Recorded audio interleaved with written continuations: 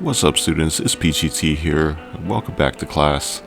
Today's lesson I'll be showing you when to harvest your fruits, what you need to know about dehydrating them, and how to store them properly for long term. So as you're growing, your mushroom caps are the easiest way to tell when you're ready to harvest, shown in the diagram above here. You want to harvest right when the veil is starting to break, or right after it breaks. When the veil breaks, this indicates that the mushroom's at full maturity. After this, it'll begin to drop spores to re-continue the growth cycle. So let me show you how to harvest here. This is what I call a Philly special. Watch. I'm just gonna pinch and twist.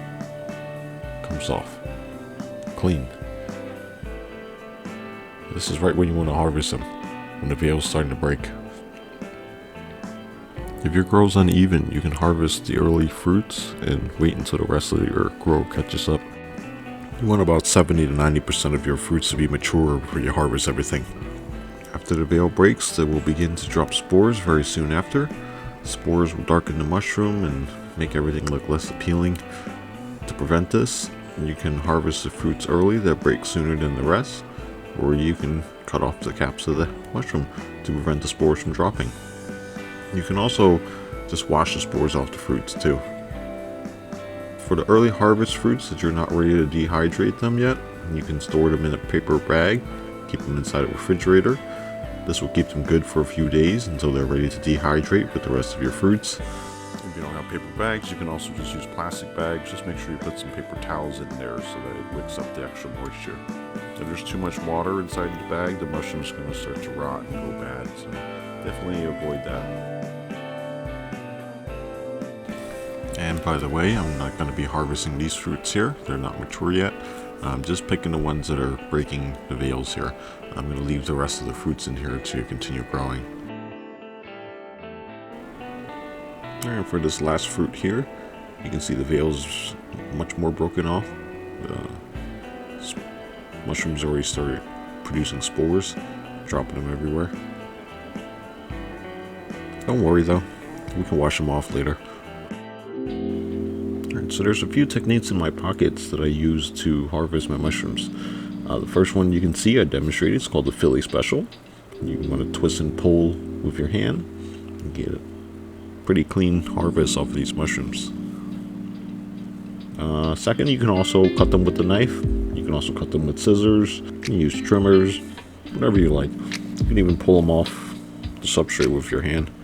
I personally don't like doing this just because it leaves ugly holes in the substrate and it's going to be more work for your mycelium to recolonize.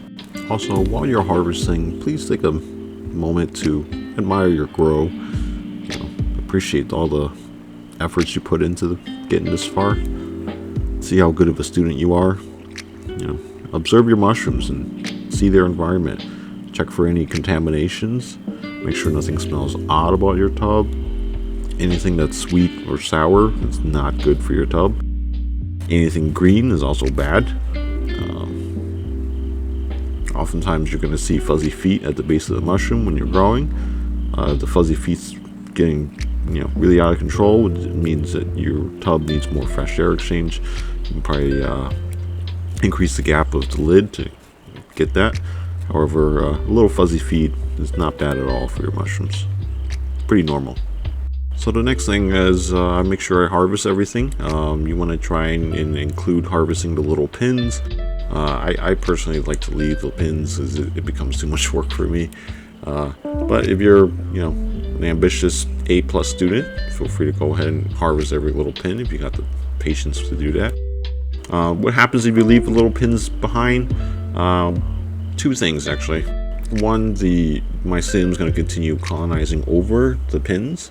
And the pins will eventually rot, so it's a good idea to harvest them if you can. But generally everything will be good to continue growing for at least several flushes before you need to get rid of it. Another thing sometimes growers might run into is they'll see yellow spots on their substrate. These are actually metabolites. Sometimes people in the community call them mycelium piss. I don't like that term. I prefer to call them metabolites. Mycelium will excreminate metabolites when they're colonizing something that they don't really like. It doesn't mean that it's contamination. It happens. It's as the mycelium weakens, it will expel metabolites. It's just one of the things that they like to do. So if you see yellow, it doesn't mean that you have contamination. It's pretty normal.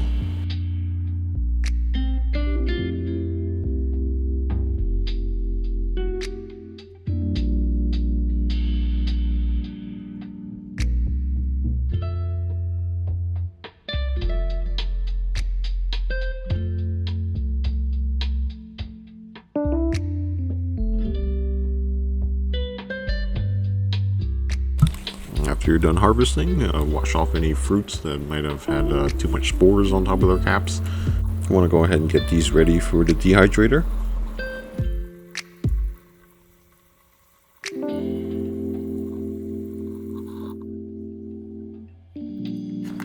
Alright, now students, now it's time to dehydrate your mushrooms. I use a Presto dehydrator here. It runs at a temperature setting of 165 degrees Fahrenheit or 74 degrees Celsius if you're not from Philly. As long as you don't go above 200 degrees Fahrenheit, that's 93 degrees Celsius, you should be okay. Anything below that, you're completely fine. If you don't have a dehydrator, you can also use a fan. Put your mushrooms in a cardboard box so that it's absorbing as much moisture as it can. Run a fan and blow at the cardboard box and you should have dried mushrooms in a couple of days. It's just not as efficient as a dehydrator, but it'll work. I'll go ahead and turn on your dehydrator and wait 6 to 12 hours. You can go as long as 24 hours.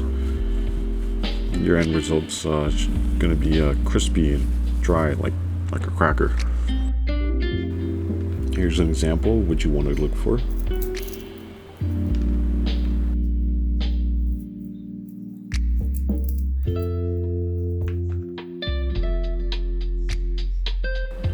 Alright, now on to storing. The best method for storing them for long term, you want to use a glass jar with some desiccant or silica gel in it. I use dry and dry packets. I'll have links to these in the description below to them. Now we have to make sure that they stay dry in order to preserve them. If you keep them this way, they will last for many years. A lot of you might want to store them in plastic ziplock bags. That's fine too, but just so you know, you have to use a desiccant packet in there. Otherwise the mushroom will absorb moisture through the bag and become chewy. This is why glass jars are the much preferred method of storing them. That'll conclude this video. In the next one, we'll go over rehydrating your tubs to produce more fruits. That's the end of today's class. I hope you enjoyed the video. If you guys liked the lesson, please leave a like and subscribe if you haven't already. Got any questions? Feel free to leave them in a comment. I'll see you all in the next class. Peace out.